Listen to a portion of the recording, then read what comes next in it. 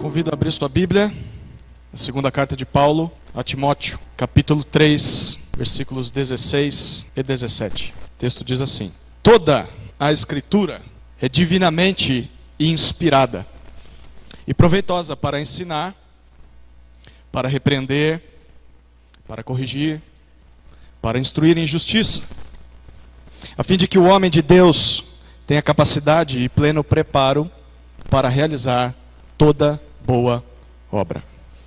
Alguma vez você já brincou de guerra? Já fingiu que você estava numa batalha de faz de conta? É óbvio que para brincar de guerra, nós precisamos imitar tudo o que acontece numa guerra de verdade.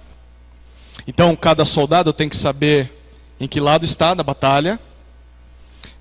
Cada soldado deve estar com a sua arma de brinquedo nas mãos. Nos seus olhos há entusiasmo, há coragem. E no campo de batalha há gritos de guerra, há troca de tiros. A gente ouve o barulho de bombas explodindo com a boca. Há ferimentos, há vitória, há derrota e até mortes na brincadeira. Tudo é exatamente igual a uma guerra, com exceção de apenas uma coisa: falta o perigo. Em uma brincadeira assim, os pais se tornam inimigos dos filhos, numa brincadeira de guerrinha. Irmãos e amigos guerreiam uns contra os outros. Mas depois do tiroteio, depois das mortes de cada um, eles voltam a se relacionar e tudo volta ao normal, e eles podem sentar na calçada na rua e tomar uma bela limonada dando risada do que aconteceu. Mas a pergunta é: e se nós estivéssemos de fato em uma batalha entre a vida e a morte? E se nós estivéssemos em um campo de guerra contra o maior inimigo das nossas almas? E se o nosso destino eterno, e o destino eterno daqueles que nós amamos, dependesse dessa batalha?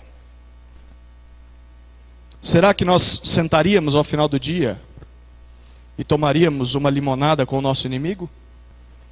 Será que nós andaríamos com a guarda baixa, sem proteção ou sem arma alguma? Paulo escreveu essa segunda carta a Timóteo perto do fim da sua vida, no ano 64 depois de Cristo. O imperador de Roma, Nero, conhecido como um louco pelos historiadores, ele ateou fogo na capital do império. E alguns dizem que era para poder reconstruir a cidade segundo a sua própria vontade. Mas por um livramento divino, os bairros em que os cristãos moravam foram preservados, não foram consumidos pelo fogo. E isso deu a Nero a seguinte ideia: eu vou culpar os cristãos pelo império em Roma, pelo fogo em Roma. Foi aí então que se iniciou uma violenta perseguição aos cristãos no Império Romano no primeiro século. E Nero considerou o apóstolo Paulo, que era o maior líder do cristianismo, como cabeça por trás do incêndio, conseguiu prendê-lo e condená-lo à morte. E Paulo foi lançado em uma masmorra, dentro de uma cela escura e úmida, sem poder receber visitas ou mantimentos, e ele só sairia dali para ser decapitado e morto por seus carrascos. Provavelmente nós estamos diante de um texto que foi escrito 3 ou 4 anos depois desse incêndio. E essa é uma carta escrita por Paulo a um dos seus aprendizes, um jovem chamado Timóteo. Timóteo era pastor de algumas igrejas na região de Éfeso. Há algum tempo atrás, Paulo tinha deixado Timóteo naquela cidade para que ele combatesse alguns homens que estavam ensinando doutrinas erradas à igreja. Esses homens eram falsos mestres, que estavam desviando o povo de Deus da palavra de Deus. E o pior de tudo é que esses homens usavam a própria palavra de Deus para dizer aquilo que Deus nunca havia dito. E Timóteo deveria combater esses homens e ensinar à igreja que de fato Deus diz é outra coisa. E ele deveria mostrar o que Deus diz na sua palavra. Portanto, segundo a Timóteo, nós vemos as últimas palavras registradas do apóstolo Paulo. É como se fosse um testamento, onde ele coloca os seus últimos desejos e ressalta aquilo que é mais importante na sua vida. E por isso, cada palavra que Paulo usa nessa carta foi escolhida a dedo. Cada frase foi escrita com um propósito bem definido. Ele tinha pouco tempo e pouco espaço para escrever. No capítulo 1 dessa carta, Paulo convocou Timóteo a permanecer firme no Evangelho, apesar dos sofrimentos que isso poderia causar a ele. Quem sabe, talvez, até a prisão. Capítulo 2, Timóteo foi desafiado a ser um homem de Deus para o seu povo, e isso implicava em ele saber o que era a verdade e praticar essa verdade. E já no capítulo 3, Paulo começou dizendo, nos versículos 1 até 9, que os últimos tempos seriam difíceis. Não seriam difíceis por causa dos descrentes lá fora, no mundo, mas ele diz que seriam difíceis por causa dos que se diziam crentes aqui dentro da igreja. Nos versículos 1 até 9, ele explica que essas pessoas não eram crentes, mas fingiam que eram. E Paulo escreve para alertar Timóteo sobre elas. O inimigo estaria disfarçado de amigo. Mas Timóteo, Paulo diz nos versos 10 até 13, deveria se lembrar do exemplo de Paulo. Paulo sofreu nas mãos desses homens, mas ele não negociou a verdade. Ele continuou firme. Não só isso, mas olha os versículos 14 e 15, o que dizem. Tu, porém, permanece naquilo que aprendeste e de que foste inteirado, sabendo de quem o tens aprendido. Pois desde a infância sabes as sagradas letras, que podem fazer-te sábio para a salvação pela fé que há em Cristo Jesus. Paulo diz que Timóteo deveria permanecer crendo naquilo que ele havia aprendido desde a sua infância. As sagradas letras, a palavra de Deus. E o que nós vemos então a partir de agora é uma descrição que Paulo faz sobre essas sagradas letras. De onde elas vieram? Onde elas estão? Como elas são? O que elas podem fazer? Para que elas servem? É isso que Paulo responde, falando sobre a palavra de Deus, nos versículos 16 e 17.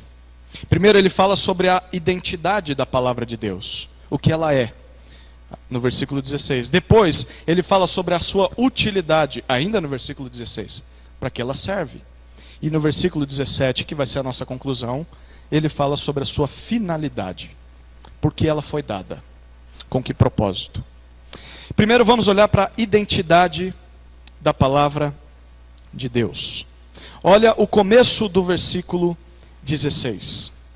Paulo identifica as sagradas letras do verso 15 e ele a chama de a Escritura. Essa palavra aqui era usada pelos cristãos para se referir a todo o conteúdo do Antigo Testamento. Naquela época eles não tinham o Novo Testamento completo.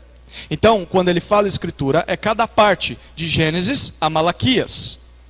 A nossa Bíblia em português contém 39 livros no Antigo Testamento. Mas originalmente, a Bíblia do judeu tinha apenas 24 livros. Porque os livros de 1ª e 2ª Samuel, 1ª e 2ª Reis e 1ª e 2ª Crônicas formavam apenas 3 livros. E os livros de Esdras e Neemias eram considerados como um só livro. E os 12 profetas menores eram tidos apenas também como só um só livro dos profetas. Portanto, quando Paulo fala sobre a Escritura, ele está se referindo ao conteúdo do Antigo Testamento. A lei de Moisés, aos Salmos e aos profetas.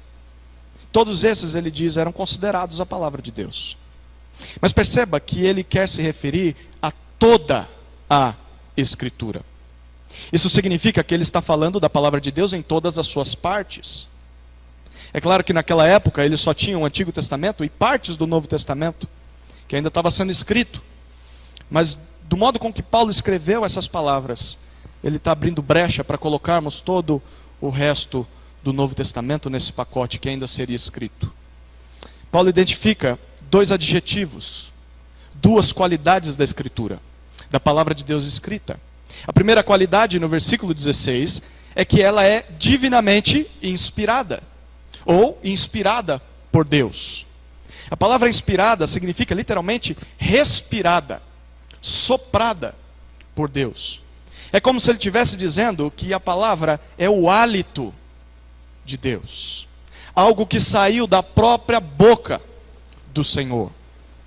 Isso não significa que Deus escreveu esses livros lá no céu e entregou esse livro aos homens. Muito menos significa que Deus ditou cada palavra que deveria ser escrita. Também não quer dizer que os autores humanos entraram em transe e psicografaram o que Deus queria dizer.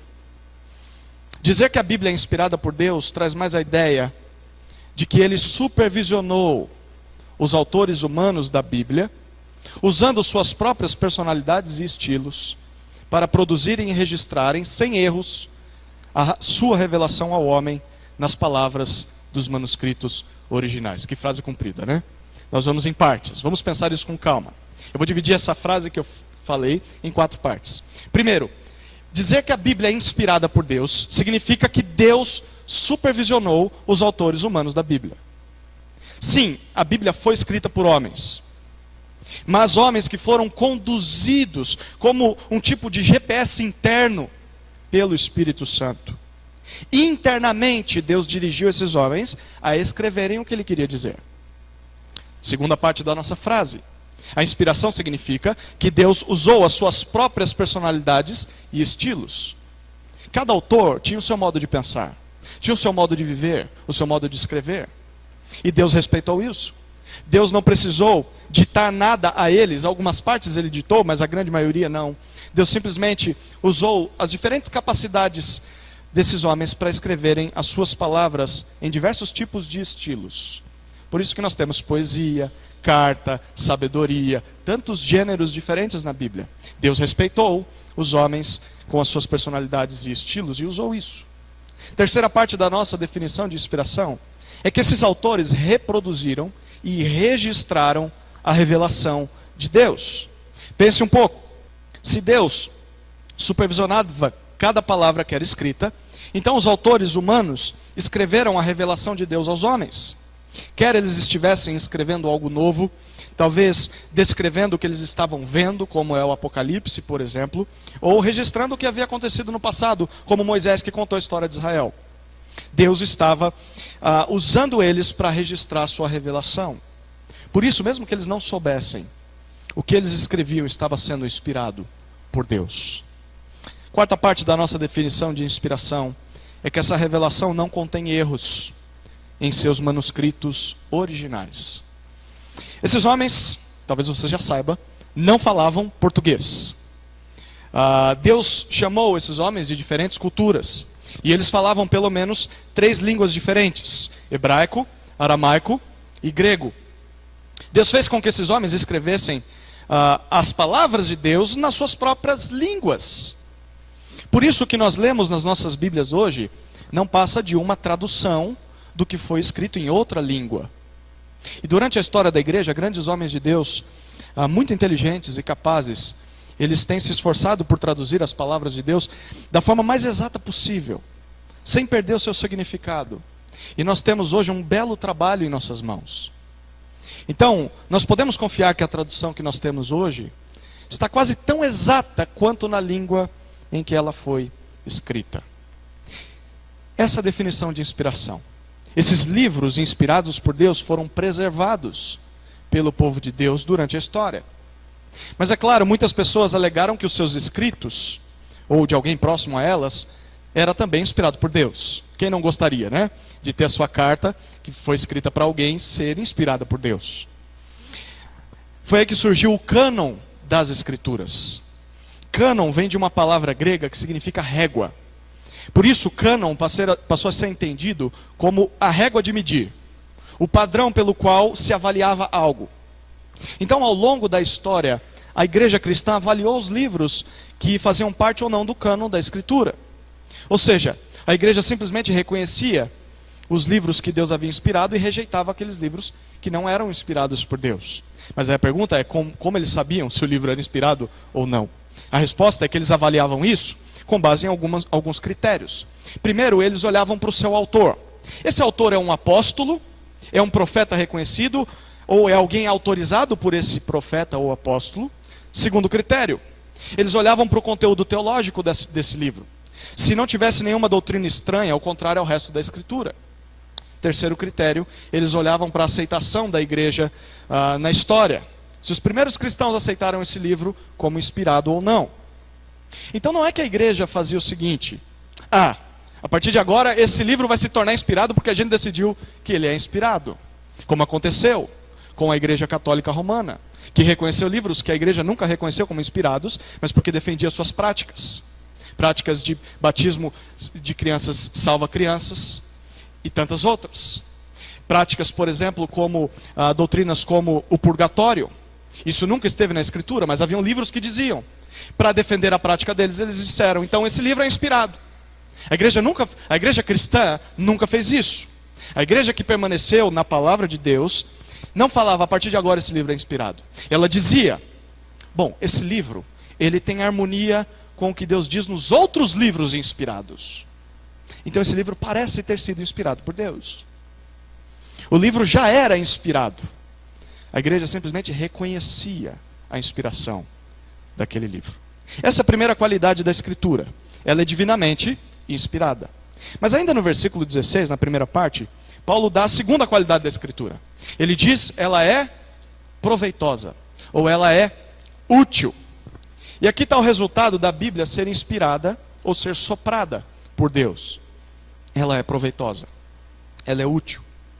Isso significa que uma vez que nós temos na Escritura a voz escrita de Deus, cada palavra e frase que há nela é benéfica, é valorosa para nós.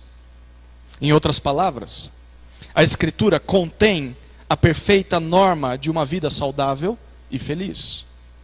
Logo, isso significa que se eu uso a palavra de Deus e isso não produz nenhuma utilidade na minha vida, então esse uso não está sendo correto, está corrompido pelo pecado do meu coração que eu utilizo. Porque o problema da palavra de Deus não ser útil ao nosso coração e à nossa vida não está na palavra. O problema da palavra de Deus não ser útil para a nossa vida está em nós mesmos, que usamos a palavra de maneira errada. Isso porque se a Escritura é a fala de Deus, então quando nós lemos a Escritura, nós estamos ouvindo o próprio Deus falar. A mesma voz que criou todas as coisas do nada, e a mesma voz que sustenta todas as coisas todos os dias, é a voz que foi registrada nesse livro. Por isso eu concordo com um certo pastor que diz assim: você quer ouvir a Deus? Leia a Bíblia. Você quer ouvir a voz de Deus audivelmente? Leia a Bíblia em voz alta. Quando Deus nos deu a Escritura, Deus não pretendia satisfazer a nossa curiosidade ou simplesmente nos entreter. O alvo de Deus era nos fazer bem. A Escritura é proveitosa, é útil. Essa é a segunda qualidade dela. Eu queria que você pensasse um pouquinho no que nós acabamos de ler. Paulo diz que cada parte da Escritura é palavra de Deus, incluindo todo o Antigo Testamento.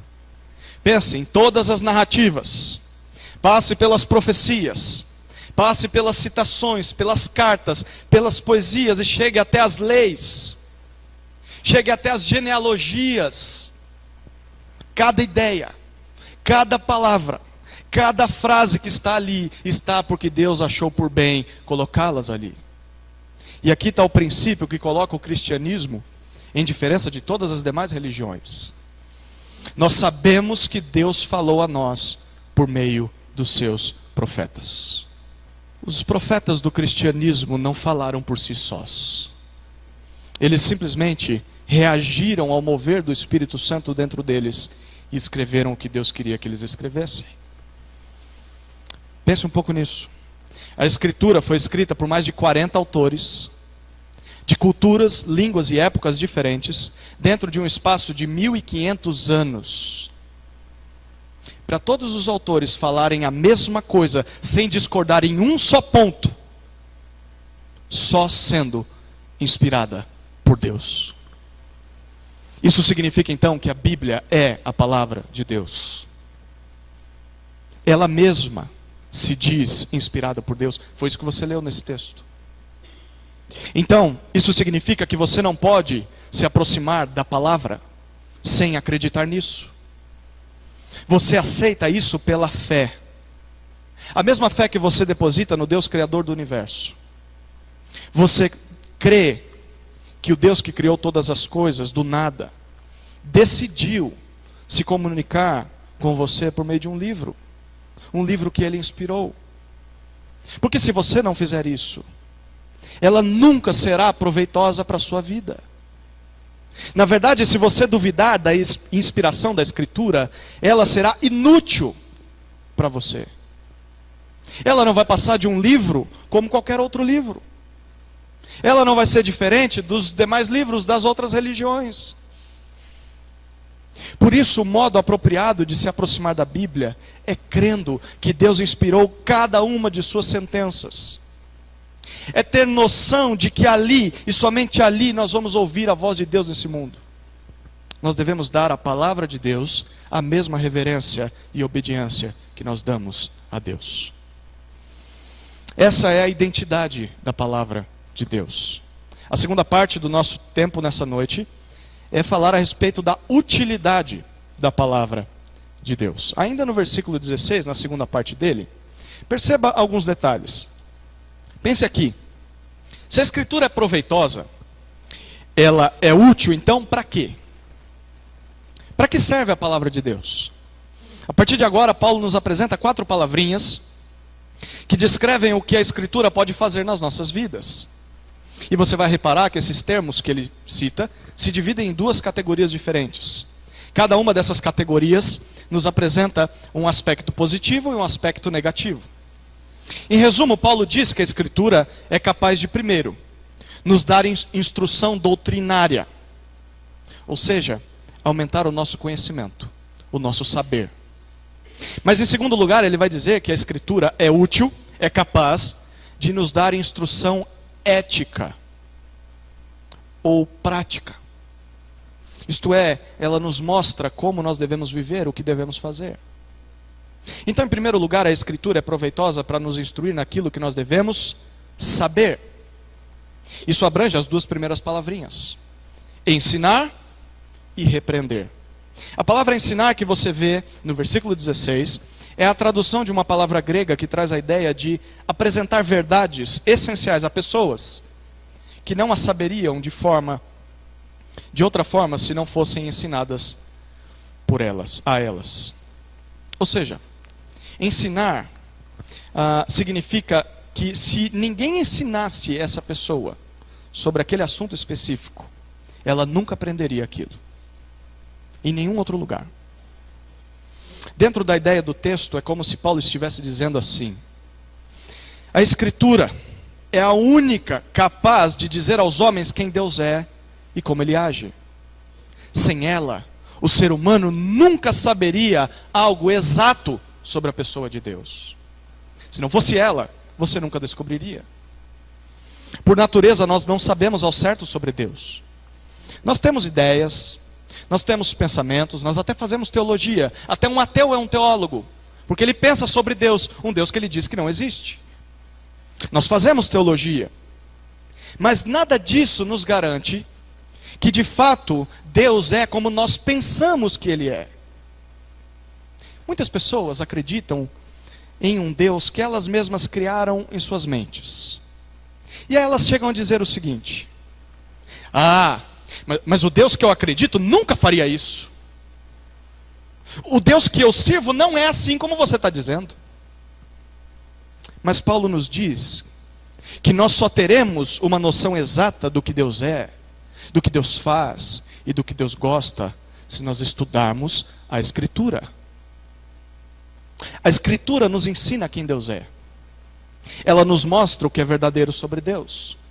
Ela aumenta o nosso saber, o nosso conhecimento, o nosso entendimento de Deus. Esse é o sentido positivo do saber. Mas, enquanto a Escritura faz isso, ela também corrige a visão errada que nós temos de Deus. E é isso que significa a segunda palavrinha desse versículo: repreensão. Repreender, literalmente, significa refutar o erro. É identificar o que está errado e condenar isso com a verdade. Esse termo é uma expressão que expressa forte desaprovação. Ele traz a ideia de repreender severamente o engano. Na prática, isso significa que quando a Escritura é aberta e é lida diante de nós, por meio dela, Deus mostra e confronta as ideias erradas que nós temos sobre Ele. A palavra de Deus é capaz de identificar doutrinas falsas no nosso coração. E isso é interessante, porque segundo Jesus, Ele disse que o diabo foi homicida desde o princípio e não se firmou na verdade, pois nele não há verdade. Quando o diabo mente, ele fala do que lhe é próprio, pois é mentiroso e pai da mentira. Satanás é o pai da mentira. Satanás foi o primeiro a gerar a mentira. Ele é o criador da falsidade. Isso significa que quando nós mentimos ou quando nós seguimos uma mentira, nós estamos imitando e seguindo ao nosso próprio inimigo. Pense um pouco nisso. Se eu te perguntar qual é a maior arma de Satanás nesse mundo, alguns de nós poderiam responder: é a televisão. A maior arma do diabo, se não é a televisão, são as mídias sociais. Não, é a pornografia. Não, eu acho que é a internet. Mas pense mais profundamente sobre isso. A área em que o diabo mais tem êxito na guerra contra os crentes é por meio do engano religioso. É por meio de mentiras teológicas, por meio de heresias, que o diabo corrompe e desvia milhares de pessoas. Como nós lemos em 2 Coríntios 11:14, ele até se disfarça de anjo de luz. Quantas pessoas não dizem: eu vi um anjo branco falando comigo? Cuidado. Jesus disse que nos últimos dias surgiriam falsos cristos e falsos profetas que fariam sinais e milagres para, se possível, enganar até os eleitos, os escolhidos de Deus. Pense um pouquinho, Deus está tão interessado em nos prevenir do engano religioso, que se você procurar na Bíblia, há mais alertas contra os falsos mestres do que contra o demônio. Há mais alertas contra os falsos mestres do que contra o demônio. Primeiro, a Escritura é proveitosa para nos instruir naquilo que nós devemos saber. Mas Deus não está interessado só no nosso intelecto. Deus nos vê como um todo e Ele quer transformar também a nossa prática. É por isso que, em segundo lugar, a Escritura é proveitosa para nos instruir naquilo que nós devemos fazer. É isso que nós vemos nas duas últimas palavras do versículo 16. A palavra correção e a palavra instrução ou educação. Dessa vez Paulo começa com o lado negativo e depois ele vai para o lado positivo. Primeiro ele diz: a palavra é útil para corrigir, para correção. Essa palavrinha vem de um termo grego muito conhecido por nós. A raiz dessa palavrinha é ortos, de onde nós tiramos o termo em português ortodontia. Se você imaginar um dentista, você vai conseguir entender essa palavra. Tem algum dentista entre nós? Não tem? Tem alguém que já foi ao dentista? Alguém que deveria estar no dentista indo? Pensa aí, quando nós vamos ao dentista, o dentista avalia a nossa arcada dentária e ele nos informa que nós precisamos corrigir alguns problemas. Talvez cáries, tártaro, dentes tortos, siso, canal, enfim. Sempre há algo a fazer. É por isso que nós evitamos ir no dentista. Sempre há algo a se corrigir. É isso que essa palavra corrigir significa. É o mesmo que restaurar algo. É o mesmo que colocar em ordem o que está em desordem. É fazer retornar ao que deveria ser. Então, na prática, isso significa que a Escritura tem a capacidade de corrigir as nossas falhas, de reformar o nosso comportamento, de restaurar o nosso agir. A palavra de Deus tem o poder de restaurar aquele que caiu em pecado. Se há alguém que se vê escravo de alguma prática pecaminosa, Deus, o supremo dentista, usa o bisturi da sua palavra para endireitar essa pessoa e livrar essa pessoa dessa escravidão. A palavra de Deus corrige os nossos comportamentos errados. Mas como ela faz isso? Pelo significado positivo da última palavra. Ele diz: a palavra é útil para instrução ou educação. Essa palavrinha era usada para descrever como um pai criava e educava um filho. Ela trazia a ideia também de um mestre que ensinava um jovem aprendiz a ser homem maduro. Tanto para educar um filho quanto para ensinar um discípulo, é necessário usar a disciplina. É necessário fazer um treinamento. Muitas vezes é preciso usar o castigo para melhorar o comportamento de um filho ou de um aprendiz. Mas é um castigo formativo, um castigo que visa a maturidade. Então, um bom pai e um bom professor, eles formam seus filhos e os seus alunos com avisos, com exemplo de vida, com gentilezas, com promessas e às vezes até com castigo. Mas essa educação, perceba o finalzinho do verso 16, ela é feita pela palavra de Deus em... Qual a última palavrinha do verso 16? Em justiça. Ou seja, dentro de um ambiente correto e justo. Um pai e um mestre podem às vezes ser injustos com seus filhos ou com seus alunos. Mas a Escritura sempre nos educará com justiça. Nunca seremos lesados por ela. Podemos confiar nela. É isso que a palavra de Deus faz conosco. Ela não só identifica os nossos erros de comportamento, mas ela nos coloca na linha e nos disciplina em como nós devemos agir. Ela nos treina para sermos mais maduros. Por isso, se você quer saber como você deveria agir na sua casa, como você deveria agir no seu trabalho, na sua escola ou na faculdade, a resposta é: a Escritura é proveitosa para te ensinar isso. Como agir? A Escritura serve tanto para nos instruir no nosso saber, quanto no nosso fazer, no nosso agir. Isso significa algumas coisas. Primeiro, significa que sozinhos nós somos incapazes de conhecer a Deus e que nós temos várias ideias erradas sobre Deus. Mas significa também que o resultado dessas ideias erradas é uma prática errada. Então as nossas vidas de pecado, elas são resultado das nossas ideias erradas sobre Deus. Em resumo, a nossa má teologia forma a nossa má conduta. A nossa má teologia forma a nossa má conduta. Mas só saber boa teologia e não praticá-la nos torna hipócritas. Como os fariseus. Eles sabiam, mas não faziam. E só fazer sem saber o que é certo nos torna o oposto de hipocrisia. Legalistas. Eu não preciso saber se é a vontade de Deus. Eu só faço, e porque eu faço eu sou bom. É por isso que nós devemos buscar boa doutrina. Crente que é crente precisa de teologia. Se nós não conhecermos a palavra, nós não podemos dizer que somos crentes. Porque no que nós creremos se não sabemos a verdade? Nós precisamos de conteúdo teológico e bom conteúdo teológico. Mas isso também significa que nós precisamos praticar a boa doutrina. Isso porque só saber não é suficiente. É necessário viver a verdade. Crente bom é crente que concilia teoria e prática. Cristão verdadeiro é aquele que vive o que prega e prega o que vive. Nós não podemos ser gigantes na teologia e anões na prática. Nós precisamos colocar em prática o que nós aprendemos. Para Deus a prática é tão importante quanto a teologia. Não dá para ser um expert em uma área e ser um deficiente em outra área. Ou nós somos bons na teologia e na prática, ou nós não somos bons em nada. Ou somos bons em teologia e prática, ou não somos bons em nada.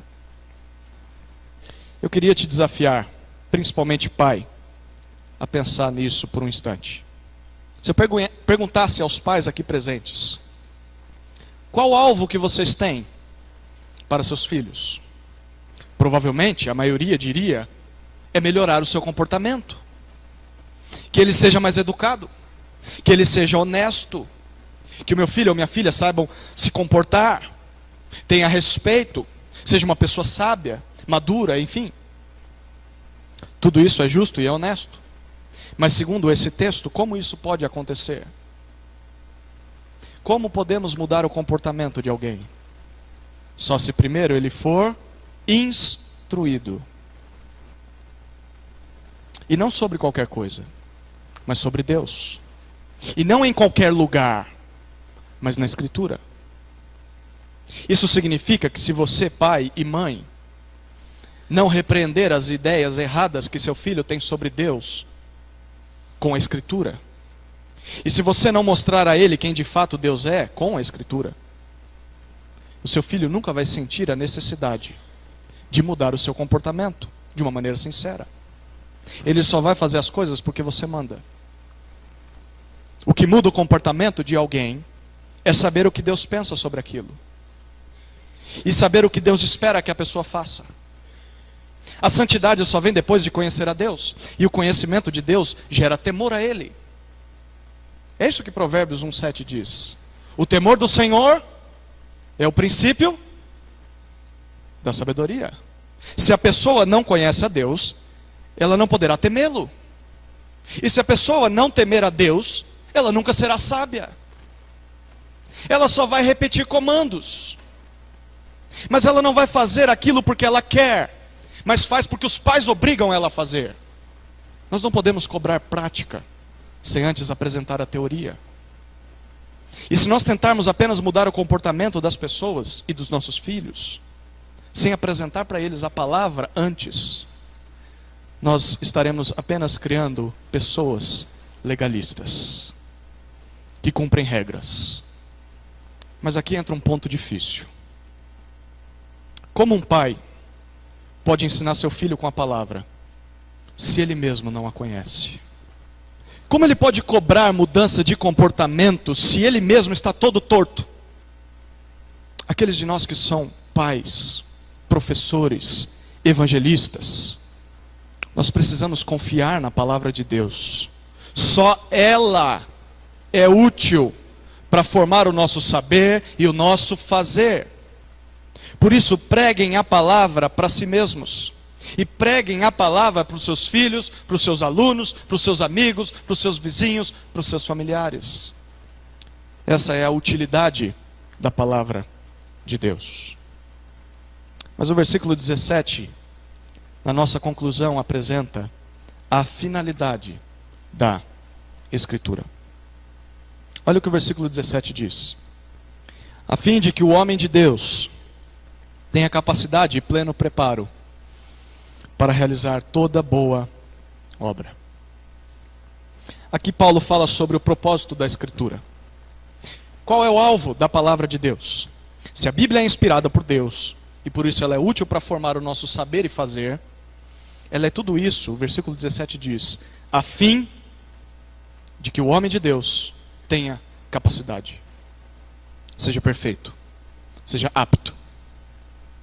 Homem de Deus é um termo geral, que identifica todo aquele, homem ou mulher, jovem, adulto, criança, idoso, seja quem for, todo aquele que teme a Deus e que quer fazer a vontade de Deus.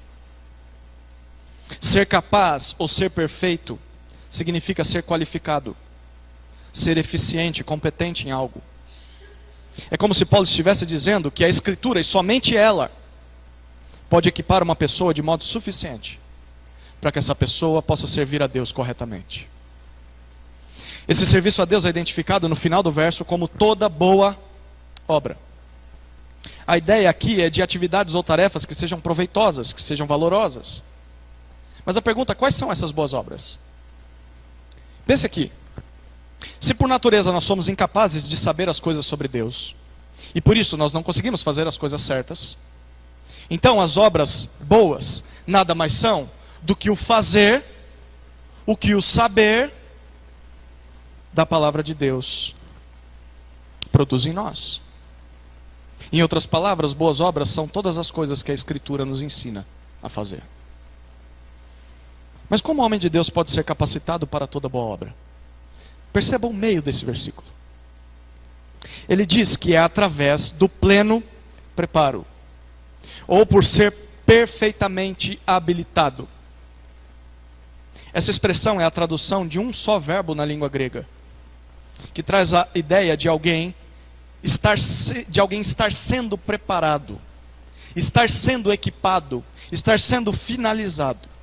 Em outras palavras, o que Paulo está querendo dizer aqui é o seguinte: irmãos, a palavra de Deus é capaz de capacitar o homem de Deus a fazer as obras de Deus, porque ela prepara constantemente esse homem para isso. Todos os dias a palavra dá a ele equipamentos e aptidões que o capacitarão a realizar boas obras. Tudo isso quer dizer que se você tem a Escritura nas suas mãos, nada mais é necessário para te capacitar a servir a Deus. Se você tem a Escritura nas mãos, nada mais é necessário para te capacitar a servir a Deus. Isso significa que você não precisa de curso no exterior, não precisa de formação universitária, graduação acadêmica, ser treinado em liderança ou em coaching, ou ler o último livro best-seller do maior guru evangélico da atualidade. Todas essas coisas podem ser úteis para te ajudar a servir a Deus, mas mesmo sem elas, você ainda poderá ser capacitado pela palavra de Deus. Esses recursos só são bons quando te ajudam a entender melhor a palavra de Deus. É ela quem nos capacita. Se lá no fundo você achar algum livro que não vai te ajudar a entender melhor a palavra de Deus, joga ele no lixo. Porque se ele vem com ideias que não estão na Escritura, não te servem para nada. Para servir a Deus, é a palavra que nos capacita. Isso também significa que nós não precisamos ir em busca de mais nada além da Escritura para sermos aperfeiçoados por Deus. Talvez você já ouviu pessoas que dizem assim, ou talvez você diga assim. Hoje em dia há muitos que dizem que tem novas revelações da parte de Deus para as pessoas. Eis que te digo, Deus me revela nessa noite, ou o anjo branco, né? Hoje em dia há pessoas que dizem isso. E elas dizem então que a Bíblia contém apenas algumas palavras de Deus, porque nós podemos encontrar mais da sua fala em outras coisas, em outras revelações, sonhos, visões. Mas segundo Paulo, tudo isso é invenção da cabeça das pessoas. Porque toda a Escritura está aqui para isso. Deus inspirou a Escritura e por meio dela nós podemos ser aperfeiçoados. Nós não precisamos de mais revelações. João Calvino certa vez disse o seguinte comentando esse texto. Abre aspas. Qualquer pessoa que não fica satisfeita com a Escritura busca saber mais do que convém e mais do que lhe é bom saber. Qualquer pessoa que não fica satisfeita com a Escritura busca saber mais do que convém e mais do que lhe é bom saber. De modo prático, isso se aplica em duas áreas nas nossas vidas. Primeiro, em nossas vidas pessoais, mais especificamente na nossa busca por santificação e serviço a Deus. Para sermos mais santos, nós não precisamos fazer um curso intensivo, ou subir em um monte e passar a madrugada orando. Basta estudarmos a palavra de Deus em oração, crer no que a palavra de Deus diz e praticar o que lemos na palavra. O mesmo acontece com o nosso serviço a Deus. Alguém pode não saber se relacionar com outras pessoas, ou ter vergonha de se envolver em público, com o público também, ou não saber ao certo o que poderia fazer na obra de Deus. Mas a Escritura não só mostrará em quais áreas nós podemos servir, como nos capacitará a servir nessas áreas. Mas para isso nós precisamos nos afadigar na meditação dessa palavra. Essa é a primeira área de aplicação, nossas vidas pessoais. Mas uma segunda área em que isso se aplica é em nossas vidas em comunidade. Qual é o ápice da nossa vida coletiva? Não é o culto público? Domingo após domingo, quando nós nos reunimos? Hoje em dia muitas igrejas têm substituído o tempo de pregação por mais músicas, por apresentações, por cantatas, teatros. Essas coisas são boas, essas coisas têm o seu lugar, em ocasiões especiais até, mas elas não deveriam ser o que consome a maior parte do nosso culto de adoração a Deus. Porque se nós queremos que Deus aperfeiçoe a nossa vida e fale conosco, nós deveríamos parar de falar tanto e cantar tanto e sentar e ouvir mais. Só a pregação da Escritura é capaz de mudar o nosso saber e transformar o nosso fazer. Nós precisamos ouvir desesperadamente a palavra de Deus. É por isso que a conclusão de Paulo sobre esse assunto da palavra está no capítulo 4, versículo 2. Olha o que ele diz 2 versículos à frente. Capítulo 4, versículo 2. Na verdade, eu vou ler o 1 e o 2. Eu te exorto diante de Deus e de Cristo Jesus, que há de julgar os vivos e os mortos pela sua vinda e pelo seu reino. Ou seja, Timóteo, eu estou próximo de morrer, mas eu não estou olhando para a minha morte, eu estou olhando para o juízo final. Diante das pessoas que estarão diante do trono branco do Senhor Jesus, o justo juiz, tem uma ordem só para você. Versículo 2. Prega a palavra. Insiste a tempo e fora de tempo, aconselha, repreende, exorta com toda longanimidade ou paciência e ensino. É como se Paulo estivesse dizendo assim: Timóteo, uma vez que a palavra de Deus é tudo isso que eu disse para você, então não há outra coisa a se fazer a não ser pregá-la a todos, em todo tempo e de todas as maneiras possíveis, mesmo que as pessoas não queiram ouvi-la mais. É por isso que tudo no nosso culto deve servir à pregação da palavra. As orações, as músicas, as letras devem refletir o que a palavra de Deus diz. O nosso foco deve ser a palavra, porque só ela produz vida nos nossos corações. Eu gostaria de encerrar o nosso estudo com um texto em Lucas capítulo 24. Abra sua Bíblia lá. Lucas 24. Quando Jesus Cristo morreu e ressuscitou, ele apareceu a alguns discípulos que caminhavam tristes, porque ele tinha morrido. E a princípio esses discípulos não reconheceram a Jesus. E eles questionaram por que o mestre deles tinha que morrer, ao invés de assumir o trono de Israel, que era o que eles esperavam que ele fizesse.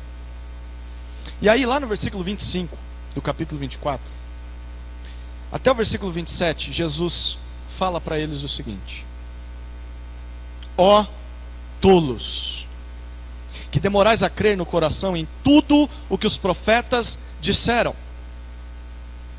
Acaso o Cristo não tinha de sofrer todas essas coisas e entrar na sua glória? Olha o versículo 27. E começando por Moisés e todos os profetas, explicou-lhes o que constava a seu respeito em todas as Escrituras. Você percebe o que Jesus diz a esses homens? Que todos os profetas, ele não está falando do Novo Testamento. Todos os profetas, o Novo Testamento ainda não tinha sido escrito. Não só alguns profetas, todos anunciaram que Cristo morreria e ressuscitaria.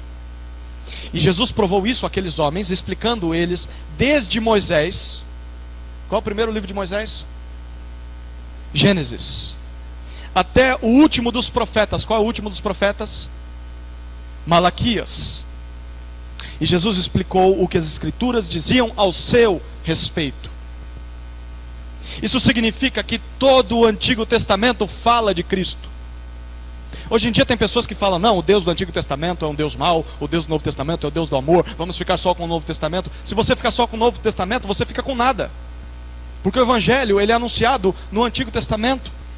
Na verdade, o Novo Testamento não contém nada de novo, mas apenas explicação do conteúdo do Antigo Testamento. O Antigo Testamento anunciava o Evangelho de Jesus Cristo, e o Novo mostra como isso aconteceu. Agora eu quero que você pense um pouquinho sobre isso. A palavra de Deus, principalmente o Antigo Testamento, nos revela o que nós deveríamos fazer para agradar a Deus e para sermos salvos do pecado. Ou seja, guardar toda a lei de Deus. Mas ela faz isso ao mesmo tempo em que nos ensina que nós não conseguimos fazer isso por causa do pecado. Então ela diz: seja santo, mas aí depois diz: você não consegue ser santo. Mesmo que nós guardemos 99% da lei de Deus, se nós errarmos aquele 1%, ele nos condena. É aí que entra o centro da história. A Bíblia nos apresenta uma pessoa que conseguiu cumprir e guardar toda a lei de Deus. Quem é essa pessoa? Jesus Cristo. Jesus nunca pecou. Jesus era perfeito. Mas a maior notícia do mundo é que por causa da obediência perfeita de Jesus, nós, seres imperfeitos, podemos nos beneficiar da lei de Deus. Não porque nós conseguimos obedecê-la, mas porque Jesus a obedeceu. Bom, como isso significa? Como isso funciona? Se você crer em Jesus, como seu Senhor e Salvador, pela fé, Deus te considera como uma pessoa que já cumpriu toda a sua lei por causa da obra de Cristo. Isso significa então que com Cristo nós podemos voltar para a lei de Deus não com medo ou com desespero porque nós não conseguimos cumpri-la, mas com prazer, porque agora cumprir a lei de Deus é a demonstração da nossa gratidão a Ele por tudo que Ele fez por nós em Cristo. Mas isso só acontece com quem se rende a Jesus. Eu quero que você imagine na minha frente uma linha, na sua frente uma linha. Há uma linha a se cruzar. Essa linha está diante de você. E cabe somente a você confiar em tudo isso que nós ouvimos e se entregar a Cristo. Alguns de nós já fizeram isso. Mas pode ser que nem todos de nós fizemos isso.